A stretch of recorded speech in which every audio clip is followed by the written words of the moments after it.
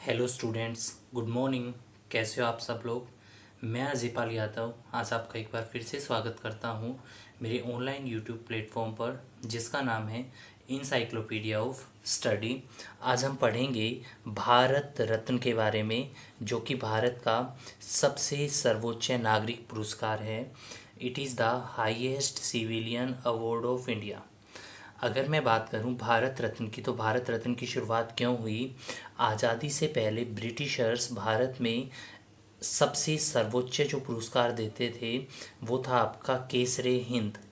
आज़ादी के बाद इस चीज़ की मांग उठने लगी कि हमें ब्रिटिशर्स एरा से निकल करके और केसरे हिंद को रिप्लेस करना चाहिए किसी दूसरे सर्वोच्च नागरिक पुरस्कार से। और यही रीज़न था कि 2 जनवरी 1954 को केसरी हिंद को रिप्लेस करके भारत के सबसे सर्वोच्च नागरिक पुरस्कार भारत रत्न की शुरुआत की गई। भारत रत्न किस क्षेत्र या किस फील्ड में दिया जाता है। भारत रत्न दिया जाता था जब ये स्टार्ट हुआ था किसी भी एक्सेप्शनल सर्विस के लिए। और एक्सेप्शनल सर्विस का मतलब होता है कि अगर आपका किसी भी क्षेत्र में सर्वोच्च योगदान रहा है और उन क्षेत्रों में उस समय कंसीडर्ड किया जाता था आपके आर्ट, कला को, लिटरेचर, साहित्य को, साइंस, विज्ञान को, और आपका पब्लिक सर्विस या हिंदी में लोक सेवा को। तो art, literature, science, public service के सेक्टर में एक्सेप्शनल सर्विसेज के लिए दिया जाता था आपका पुरस्कार भारत रत्न। भारत रत्न पुरस्कार देते समय किसी भी प्रकार का कोई डिस्क्रिमिनेशन या भेदभाव नहीं किया जाता। याद रखिएगा, ये पुरस्कार देते समय जाति, धर्म, नस्ल, रंग, रूप का कोई भेदभाव नहीं किया जाता। ये पुरस्कार बिना किसी भेदभाव के दिए जाते हैं।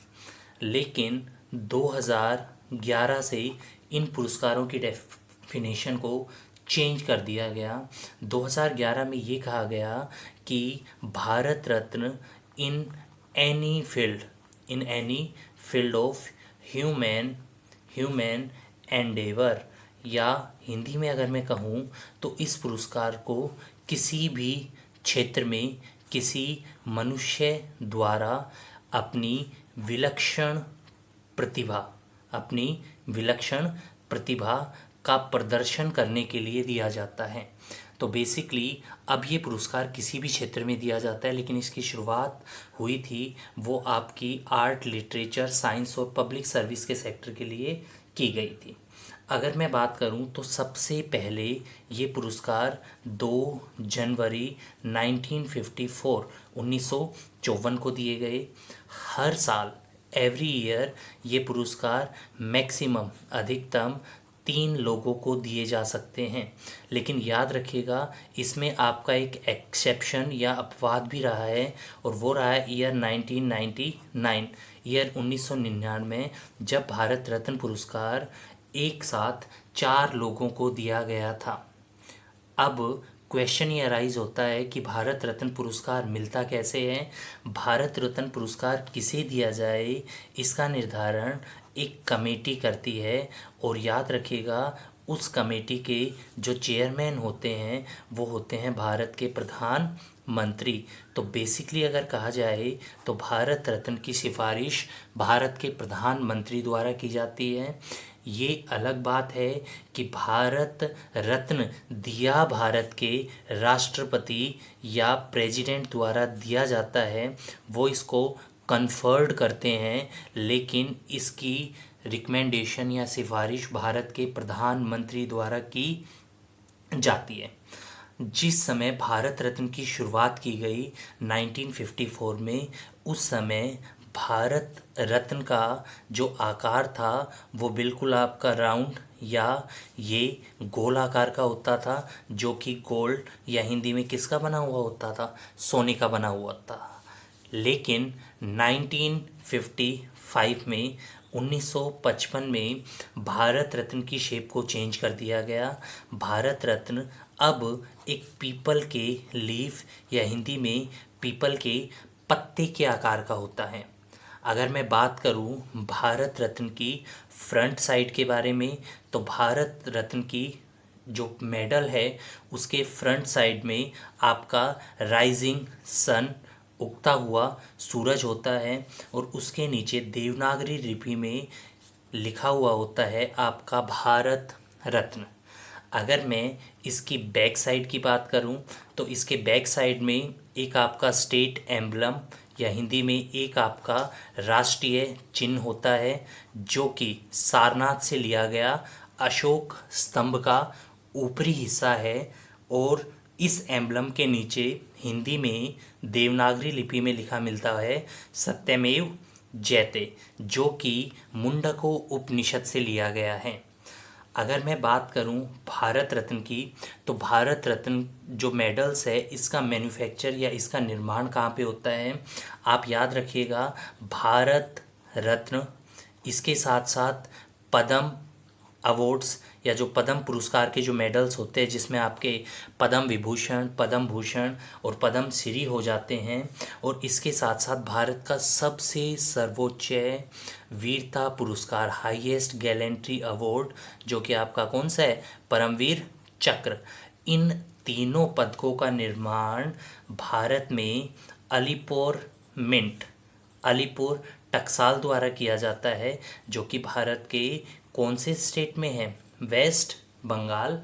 तो याद रखिएगा, भारत के जो भी मेडल्स होते हैं इनका निर्माण मिंट्स या टकसालों में होता है, और स्पेशली भारत के तीनों मेडल्स, भारत रत्न, पद्म पुरस्कार और परमवीर चक्र, ये अलीपुर मिंट में बनते हैं, जो कि आपकी कहाँ पे है, वेस्ट बंगाल में। अब तक प्रेजेंट डे, अब तक भारत रत्न 48 पर्सनैलिटीज़, 48 लोगों को दिया जा चुका है, और इन 48 लोगों में से 16 लोग ऐसे हैं जिनको ये पोस्थोमसली या हिंदी में ये पुरस्कार क्या दिया गया है, मरणोपरांत। और अगर देखा जाए टोटल वोमेंस के बारे में, तो अब तक 5 महिलाएं ऐसी है जिन महिलाओं को आपका कौन सा पुरस्कार दिया गया है, भारत रत्न। ठीक है। अच्छा, अगर मैं बात करूं भारत रत्न की, तो जब फर्स्ट टाइम 1954 में इनकी शुरुआत की गई, तब 1954 में ये पुरस्कार पहली बार 3 भारतीयों को दिए गए, और इन 3 भारतीयों के नाम कुछ इस प्रकार से है। जैसे सबसे पहले इसमें थे C.R. राजा जी। C.R. राजा जी का पूरा नाम चक्रवर्ती राजगोपालाचारी था। ये आज़ाद भारत के पहले भारतीय गवर्नर जनरल बने थे। इनको इस चीज़ के लिए या भारत के फ्रीडम स्ट्रगल में अपने कंट्रीब्यूशन के लिए पुरस्कार दिया गया था। सेकंड नंबर पे ये पुरस्कार दिया गया था सर्वपल्ली राधा कृष्णन को। देखिएगा, सर्वपल्ली राधा कृष्णन की अगर मैं बात करूं, तो ये भारत के पहले वाइस प्रेसिडेंट या उपराष्ट्रपति थे। शिक्षा के क्षेत्र में इनका कंट्रीब्यूशन इतना ज़्यादा था कि इनके बर्थडे को आज हम नेशनल टीचर्स डे या राष्ट्रीय शिक्षक दिवस के रूप में भी मनाते हैं। और थर्ड नंबर पे तीसरे जिस व्यक्ति को ये अवार्ड दिया गया था वो थे आपके C.V. रमन। याद रखिएगा, C.V. रमन एक साइंटिस्ट थे भारत की तरफ से। इन्होंने रमन इफ़ेक्ट की खोज की थी, और इस रमन इफ़ेक्ट के लिए इनको 1930 में नोबेल अवार्ड भी दिया गया था फिज़िक्स का। और बाद में इन्हें 1954 में भारत का सबसे हाईएस्ट सिविलियन अवार्ड दिया गया, जो कि आपका क्या है, भारत रत्न। तो सबसे पहले इन 3 लोगों को ये पुरस्कार दिया गया। याद रखिएगा, भारत रत्न जब पुरस्कार मिलता है तो उसमें एक आपको मेडल मिलता है जो कि पीपल के पत्ते के आकार का है। इसमें एक आपको सर्टिफिकेट या हिंदी में सनद मिलती है, जिसके ऊपर सिग्नेचर होते हैं भारत के राष्ट्रपति के, जो इस बात की एक तरीके से आपको ऑथेंटिसिटी देता है कि भारत के राष्ट्रपति द्वारा आपको ये पुरस्कार दिया गया। जहाँ तक मॉनेटरी बेनिफिट्स या हिंदी में पुरस्कार राशि की बात है, तो भारत रत्न के तहत कोई भी पुरस्कार राशि नहीं दी जाती। थर्ड, सबसे इम्पोर्टेंट चीज़ जो बार बार आएगी, अगर आपसे कोई पूछता है ऑर्डर ऑफ परसिडेंस, देखिएगा बेसिकली अगर मैं बात करूं ऑर्डर ऑफ परसिस्टेंस की, तो ऑर्डर ऑफ परसिडेंस के हिसाब से, या हिंदी में जिसे वरीयता सूची भी कहते हैं, तो वरीयता सूची में भारत रत्न आपके 7वें नंबर पे आता है। याद रखिएगा, ऑर्डर ऑफ परसिस्टेंस में भारत रत्न कौन से नंबर पे है? 7th नंबर पे। ऑर्डर ऑफ परसिस्टेंस में फर्स्ट नंबर पे आते हैं भारत के राष्ट्रपति, प्रेसिडेंट। सेकंड नंबर पे आते हैं भारत के वाइस प्रेसिडेंट, उप राष्ट्रपति। थर्ड नंबर पे आते हैं भारत के प्राइम मिनिस्टर, प्रधानमंत्री। फोर्थ नंबर पे आते हैं गवर्नर या अलग अलग राज्यों के राज्यपाल। फिफ्थ नंबर पे आते हैं आपके फॉर्मर प्रेसिडेंट, इससे पूर्व के राष्ट्रपति। 6 नंबर पे आते हैं आपके राज्यों के सीएम, मुख्यमंत्री। इसके साथ साथ केंद्र में आपके कैबिनेट मिनिस्टर्स जो कि मंत्री परिषद का हिस्सा होता है, और इसके साथ साथ आते हैं आपके चीफ जस्टिस ऑफ इंडिया। और 7th नंबर पे वरीयता सूची में ऑर्डर ऑफ प्रीडेंस में और नाम आता है आपके कौन से पुरस्कार का? भारत रत्न का। तो ये बहुत ही इम्पोर्टेंट चीज़ है, प्लीज़ इसे याद रखिएगा। दूसरा, अगर मैं बात करूं भारत रत्न की, तो जब भारत रत्न की शुरुआत की गई तब भारत रत्न को पोस्थोमसली या मरणोपरांत नहीं दिया जाता था, लेकिन 1955 से 1955 से इस बात को डिक्लेयर किया गया, इस बात की घोषणा की गई कि भारत रत्न को पोस्थोमसली या हिंदी में मरणोपरांत भी दिया जाएगा। और याद रखिएगा 1966 में 1966 में भारत के दूसरे प्रधानमंत्री लाल बहादुर शास्त्री को मरणोपरांत यह पुरस्कार दिया गया। अगर मैं बात करूं लाल बहादुर शास्त्री की, तो जवाहरलाल नेहरू की मृत्यु होने के बाद इन्हें भारत का दूसरा प्रधानमंत्री बनाया गया। लाल बहादुर शास्त्री का संबंध उत्तर प्रदेश के बनारस से था, ये बनारस से थे। इन्होंने जय जवान और जय किसान का नारा दिया, और ताशकंद समझौते के दौरान इनकी रहस्यमय परिस्थितियों में मृत्यु हो गई। बिल्कुल भी कंफ्यूज मत होइएगा, मैं आपको बताऊंगा ताशकंद डिक्लेरेशन या ताशकंद समझौते के बाद। और ये भी याद रखिएगा कि 1966 में लाल बहादुर शास्त्री पहले व्यक्ति बने जिनको ये मरणोपरांत मिला, और अब तक 16 ऐसे व्यक्ति हैं जिनको मरणोपरांत भारत रत्न पुरस्कार दिया जा चुका है। आगे अगर मैं बात करूं कंट्रोवर्सी की, तो ये पुरस्कार काफ़ी कंट्रोवर्सी में भी रहा है। जैसे कि अगर मैं बात करूं इस पुरस्कार का निर्धारण कि किसको दिया जाएगा, इसका निर्धारण एक कमेटी करती है, और उस कमेटी के अध्यक्ष होते हैं भारत के प्रधानमंत्री। जहां पर बात करते हैं 1955 में, 1955 में ये पुरस्कार पंडित जवाहरलाल नेहरू को दिया गया, जो कि पंडित जवाहरलाल नेहरू उस समय भारत के प्रधानमंत्री भी थे। इसके साथ साथ 1971 में 1971 में ये अवार्ड इंदिरा गांधी को दिया गया, जबकि इंदिरा गांधी 1971 में भारत की प्रधानमंत्री थी। तो याद रखिएगा ये दिया भी उसी व्यक्ति को गया जिसने इस व्यक्ति की रिकमेंडेशन या सुझाव दिया, इसीलिए इसको कंट्रोवर्शियल बहुत ही ज़्यादा माना गया है। जहाँ तक इंदिरा गांधी की बात की जाती है, तो मैं आपको बता दूं भारत रत्न अब तक 5 महिलाओं को ही दिया गया है, और उन महिलाओं में से फर्स्ट नंबर पे रही है आपकी इंदिरा गांधी। 1971 में ये अवार्ड मिला आपकी इंदिरा गांधी को, जो कि पहली महिला थी जिसे यह पुरस्कार दिया गया। इसके बाद 1980 में ये अवार्ड मिला मदर टेरेसा को। याद रखिएगा मदर टेरेसा ने एक ऑर्गेनाइजेशन की स्थापना की थी जिसका नाम था मिशनरी ऑफ चैरिटी। इस संस्था के तहत ये लोगों की समाज सेवा करती थी। इसके लिए इनको ये अविष्क पुरस्कार दिया गया था।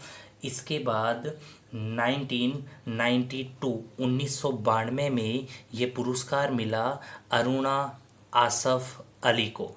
याद रखिएगा, जहाँ तक बात आएगी कि अब तक 48 व्यक्तियों को या लोगों को ये पुरस्कार मिला है, क्या उसमें से कोई पुरस्कार प्राप्तकर्ता ऐसे भी हैं जिनका संबंध हरियाणा से है? तो बिल्कुल, अरुणा आसफ अली का संबंध हरियाणा के पंचकुला से था। याद रखिएगा, पंचकुला से इनका संबंध था। अरुणा आसफ अली को 1992 में ये पुरस्कार मिला था। अरुणा आसफ अली को ये पुरस्कार किसके लिए दिया गया था? 8 अगस्त 1942 को जब गांधी जी ने अगस्त क्रांति मैदान से, जो कि आपका मुंबई में है, जब वहाँ से भारत छोड़ो आंदोलन की शुरुआत की, तो इस आंदोलन के दौरान पहली बार भारत के ध्वज को वहाँ पर फहराया गया था। किसके द्वारा? अरुणा आसफ अली के द्वारा। तो इनका भारत के स्वतंत्रता आंदोलनों में योगदान बहुत ही ज़्यादा रहा है।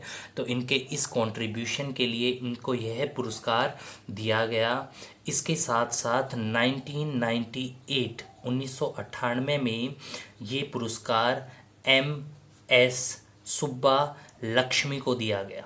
MS सुब्बा लक्ष्मी को। याद रखिएगा, अगर आपसे कोई ये पूछता है कि फर्स्ट म्यूजिशियन, पहली संगीतज्ञ कौन थी जिसको ये पुरस्कार दिया गया, तो MS Subba Lakshmi was the first musician to get Bharat रत्न।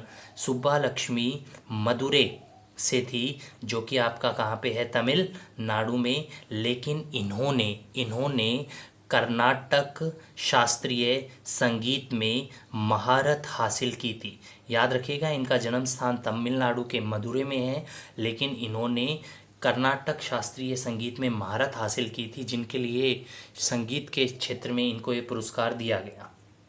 इसके साथ साथ 2001 में ये पुरस्कार दिया गया लता मंगेशकर को, म्यूजिक या संगीत के क्षेत्र में उनके योगदान के लिए। तो Indira Gandhi, mother Teresa, Aruna Asaf Ali, MS Subba Lakshmi और लता मंगेशकर, ये ऐसी 5 भारतीय महिलाएं हैं जिनको यह पुरस्कार दिया गया है। आगे चलते हैं। क्या इस पुरस्कार को कभी बंद भी किया गया? बिल्कुल, इस पुरस्कार को 12 जुलाई 1977 से लेकर के 25 जनवरी 1980 को बंद कर दिया गया था। अब क्वेश्चन ये राइज होता है कि क्या इस पुरस्कार को अब तक एक बार ही बंद किया गया है? नहीं, भारत रत्न पुरस्कार को अब तक 2 बार बंद किया गया है, जिसमें पहला बंद किया गया था 1977 से 1980 तक। देखिएगा, 1977 में भारत में पहली बार जनता पार्टी की सरकार बनी थी, और जनता पार्टी की सरकार में भारत के प्रधानमंत्री बने थे मोरारजी देसाई। याद रखिएगा, मोरारजी देसाई भारत के पहले नॉन कांग्रेस PM, गैर भारतीय प्रधानमंत्री थे उस समय जनता पार्टी ने। और ये कहा कि अब तक भारत रत्न जिन भी लोगों को दिया गया वो बेसिकली कांग्रेस से एसोसिएट रहे हैं, वो कांग्रेस से डायरेक्ट और इनडायरेक्टली एसोसिएटेड रहे हैं, इसीलिए उन लोगों को ये पुरस्कार दिया गया है। इसी के चलते हुए जनता पार्टी ने 1977 में भारत में पद्म पुरस्कार और इसी के साथ साथ भारत रत्न को बैन या बंद कर दिया गया था। 1980 में दोबारा से जब इंदिरा गांधी की सरकार आती है, तब 1980 में दोबारा से इस पुरस्कार को क्या कर दिया जाता है? स्टार्ट कर दिया जाता है। इस पुरस्कार की शुरुआत कर दी गई। दूसरा, इस पुरस्कार को बंद कब किया गया? इस पुरस्कार को दूसरी बार होल्ड पे या बंद किया गया 1992 से लेकर के 1995 तक, 1995 तक। क्यों बंद किया गया? इसलिए बंद किया गया क्योंकि उस समय केरल हाई कोर्ट, याद रखिएगा, केरल के उच्च न्यायालय और इसके साथ साथ मध्य प्रदेश हाई कोर्ट। मध्य प्रदेश के हाई कोर्ट में PIL, public public interest litigation, litigation याद रखिएगा। पब्लिक इंटरेस्ट लिटिगेशन को हिंदी में हम कहते हैं जनहित याचिका, जनहित याचिका। PIL आप कोई भी फाइल कर सकते हो, आप इसको किसी के बिहाफ पे भी फाइल कर सकते हो। इस PIL को केरल और उस समय मध्य प्रदेश हाई कोर्ट में दायर किया गया और इस PIL के तहत ये कहा गया कि भारत रत्न के देने से हमारे संविधान के आर्टिकल 18 अनुच्छेद 18 का उल्लंघन या अनुच्छेद 18 को वायलेट किया जाता है। देखिएगा, अनुच्छेद 18 के अंदर लिखा हुआ गया है क्या कि आपका एबोलिशन ऑफ टाइटल्स। इस आर्टिकल के तहत भारत में उपाधियों का अंत कर दिया गया है और इसके तहत कहा गया कि भारत रत्न देने से अब भी एक टाइटल आपको कन्फर्ड किया जाता है। इसीलिए इस PIL के तहत ये कहा गया कि भारत रत्न को भारत में बैन किया जाए। एक बहुत लंबी इसके ऊपर बहस चली और 1995 में ये बहस अब हाई कोर्ट से निकल करके भारत के सुप्रीम कोर्ट तक पहुंच गई और तब सुप्रीम कोर्ट ने 1995 में अपना वर्डिक्ट या फैसला सुनाया और उसके तहत इन्होंने ये कहा कि भारत रत्न को टाइटल्स या हिंदी में उपाधियों की कैटेगरी में नहीं रखा गया है और यही रीज़न है कि भारत रत्न को बंद किया नहीं जाएगा। तो ये दो ऐसे टाइम पीरियड रहे हैं जिसके दौरान और भारत रत्न को कुछ समय के लिए होल्ड पर डाला गया था। अब क्वेश्चन अराइज होता है कि कौन कौन से ऐसे विदेशी नागरिक हैं जिनको भारत पुरस्कार दिया गया है। तो मैं आपको बता दूं, अब तक 2 फॉरेनर्स, 2 विदेशी हैं जिनको भारत रत्न पुरस्कार दिया गया है। फर्स्ट 1987 में ये पुरस्कार दिया गया था खान अब्दुल गफ्फार खान को। खान अब्दुल गफ्फार खान को याद रखिएगा। खान अब्दुल गफ्फार खान को हिस्ट्री में फ्रंटियर गांधी या हिंदी में सीमांत गांधी का टाइटल भी दिया गया है। सीमांत गांधी इन्होंने बहुत ही महत्वपूर्ण साथ दिया महात्मा गांधी का सिविल डिसोबीडियंस मूवमेंट में, सविनय अवज्ञा आंदोलन में। खान अब्दुल गफ्फार खान के बारे में कहा जाता है कि ये मन से भारतीय थे, बिल्कुल सही है। वैसे खान अब्दुल गफ्फार खान ने अफ़गानिस्तान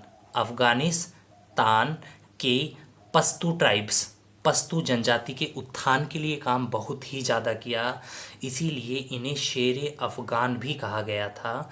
और जब भारत आज़ाद हुआ तब इन्होंने सिटीजनशिप या नागरिकता किसके लिए, पाकिस्तान की। तो कहा जाता है कि ये मन से भारतीय थे, ये नागरिक पाकिस्तान के थे और इन्हें दफनाया गया कहाँ पर, अफ़गानिस्तान में। हम पढ़ेंगे हिस्ट्री में बहुत ही डिटेल में खान अब्दुल गफ्फार खान के बारे में, लेकिन आप यहाँ पर याद रखिएगा कि इन्होंने पश्तू ट्राइब्स के लोगों के उत्थान के लिए काम किया। आज़ादी के बाद इन्होंने नागरिकता पाकिस्तान की ली, लेकिन ये मन से भारतीय थे। इन्हें 1987 में कौन सा अवार्ड दिया गया, भारत रत्न। इसके साथ साथ 1990 में ये पुरस्कार साउथ अफ्रीका के नेल्सन मंडेला को दिया गया। देखिएगा, नेल्सन मंडेला को साउथ अफ्रीका का गांधी भी कहा जाता है। ये साउथ अफ्रीका के, दक्षिण अफ्रीका के पहले अश्वेत राष्ट्रपति बने। इन्होंने 27 साल तक जेल में रहते हुए और अफ्रीका में अश्वेतों के लिए एक बहुत लंबी लड़ाई लड़ी। इनके इसी कंट्रीब्यूशन के लिए इन्हें 1990 में भारत का सबसे सर्वोच्च नागरिक पुरस्कार दिया गया, जिसका नाम था आपका क्या, भारत रत्न। अच्छा, याद रखिएगा, नेल्सन मंडेला की एक बहुत ही इम्पोर्टेंट बुक है जिस बुक का नाम है Long Walk to Freedom. Long Walk to Freedom, ये इनकी ऑटोबायोग्राफी है, ये इनकी आत्मकथा है। याद रखिएगा। तो अब तक 2 विदेशियों को ये पुरस्कार दिया गया है। आगे चलते हैं। इसमें एक बहुत ज़्यादा कंट्रोवर्सी आई थी पुरस्कार में। कब? 1992 में। जैसा कि मैंने बताया 1992 से 1995 में, और इस पुरस्कार को बंद कर दिया गया था। 1992 में इसमें क्या कंट्रोवर्सी आई थी? 1992 में इस पुरस्कार को पोस्टहोमसली मरणोपरांत दिया गया था। किसे? नेताजी सुभाष चंद्र बोस को। देखिएगा, नेताजी सुभाष चंद्र बोस की डेथ के बारे में एक लंबे समय तक ये कहा गया कि उनकी मृत्यु नहीं है और वो जिंदा हैं। फैज़ाबाद, जो कि आज अयोध्या के नाम से फेमस है, वहाँ पर एक संत रहते थे जिनका नाम था गुमनामी बाबा, और कंसीडर किया गया कि जो गुमनामी बाबा हैं वही हैं सुभाष चंद्र बोस। तो जब 1992 में सुभाष चंद्र बोस को मरणोपरांत पोस्टहोमसली और भारत रत्न पुरस्कार दिया गया, तब उनके परिवार ने कोलकाता हाई कोर्ट में जाकर और इसके लिए एक याचिका लगा दी कि ये किसने कहा कि नेताजी की डेथ हो गई है, नेताजी अभी भी क्या हैं? जीवित है। यही रीज़न था कि एक लंबी बहस कोलकाता हाई कोर्ट से चली, और कोलकाता हाई कोर्ट से चली हुई इस लंबी बहस में 5 साल बाद ये डिसीज़न लिया गया 1997 में कि सुभाष चंद्र बोस को भारत रत्न पुरस्कार नहीं दिया जाएगा, नहीं दिया जाएगा। तो याद रखिएगा, ये कंट्रोवर्सी रही है, ये कंट्रोवर्सी रही है सुभाष चंद्र बोस के साथ भी। ठीक है, आगे चलते हैं। अगर हम बात करें भारत रत्न के सबसे यंगेस्ट अवॉर्डी की, कि वो कौन सा व्यक्ति है जिसको सबसे कम उम्र में ये पुरस्कार दिया गया, तो मैं आपको बता दूं 2014 में 40 वर्ष की आयु में at the age of 40 Sachin Ramesh Tendulkar सबसे यंगेस्ट अवॉर्डी, सबसे कम आयु में पुरस्कार प्राप्त करता रहे हैं भारत रत्न के। और अगर मैं बात करूं सबसे ओल्डेस्ट या सबसे बुजुर्ग व्यक्ति कौन है जिनको ये पुरस्कार दिया गया, तो सबसे बुजुर्ग की अगर मैं बात करूं तो 1958 में 1958 में घोड़ो केशव कर्वे, इन्हें हिस्ट्री में महर्षि कर्वे के नाम से भी जाना जाता है।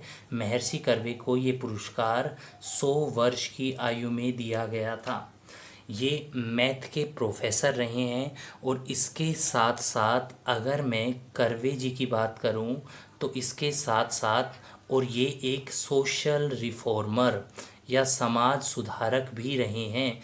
इन्होंने उस समय Hindu window remarriage act, Hindu विधवा पुनर्विवाह अधिनियम में बहुत ही रिमार्केबल रोल प्ले किया था।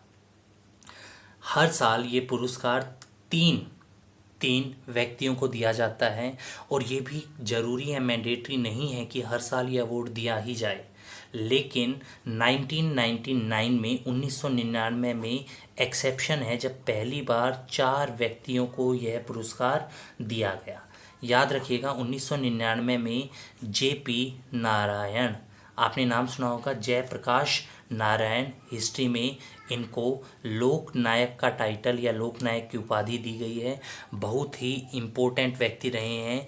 इन्होंने एक तरीके से आज़ादी के बाद और कांग्रेस के खिलाफ बहुत बड़े आंदोलन भारत में किए, तो उसके लिए जयप्रकाश नारायण को, जो कि लोकनायक का टाइटल दिया गया था, उनको यह अवार्ड दिया गया है। इसके साथ साथ सेकंड नंबर पे ये अवार्ड दिया गया अमर्त्य सेन को। देखिएगा, बहुत ही इम्पोर्टेंट इकोनॉमिस्ट या अर्थशास्त्री रहे हैं भारत की तरफ से, जिन्होंने वेलफेयर इकोनॉमिक्स, कल्याणकारी अर्थशास्त्र का सिद्धांत दिया था, और कल्याणकारी अर्थशास्त्र के लिए इनको नोबेल अवार्ड दिया गया था 1998 में। देखिएगा, अमर्त्य सेन के बारे में कहा जाता है कि अमर्त्य सेन को विश्व ने पहले पहचाना और भारत ने इन्हें बाद में पहचाना। इसके साथ साथ थर्ड नंबर पे और 1999 में ये अवार्ड दिया गया गोपीनाथ बारदोलाई को। देखिएगा, गोपीनाथ बारदोलाई का संबंध भारत के असम राज्य से है। अगर मैं बात करूं तो इन गोपीनाथ बारदोलाई की वजह से ही असम आज भारत का हिस्सा है। अदरवाइज असम को ईस्ट पाकिस्तान का हिस्सा बना दिया गया था। और फोर्थ नंबर पे नाम आता है पंडित रवि शंकर का। बहुत ही फेमस हैं, भारत में सितार प्लेयर के रूप में। 2012 में इनकी डेथ हो चुकी है। इनको 1999 में ही यह पुरस्कार दिया गया था, जो कि एक तरीके से एक्सेप्शन या अपवाद रहा है, क्योंकि ये 3 लोगों को दिया जाता है, लेकिन उस साल ये कितने लोगों को दिया गया? 4 लोगों को दिया गया। ठीक है। अगर मैं बात करूं 25 जनवरी 2019 को, रिसेंट में, वर्तमान में, और सबसे रिसेंट अवॉर्डी जो इस पुरस्कार के रहे हैं वो रहे हैं 2019 में नानाजी देशमुख। नानाजी देशमुख।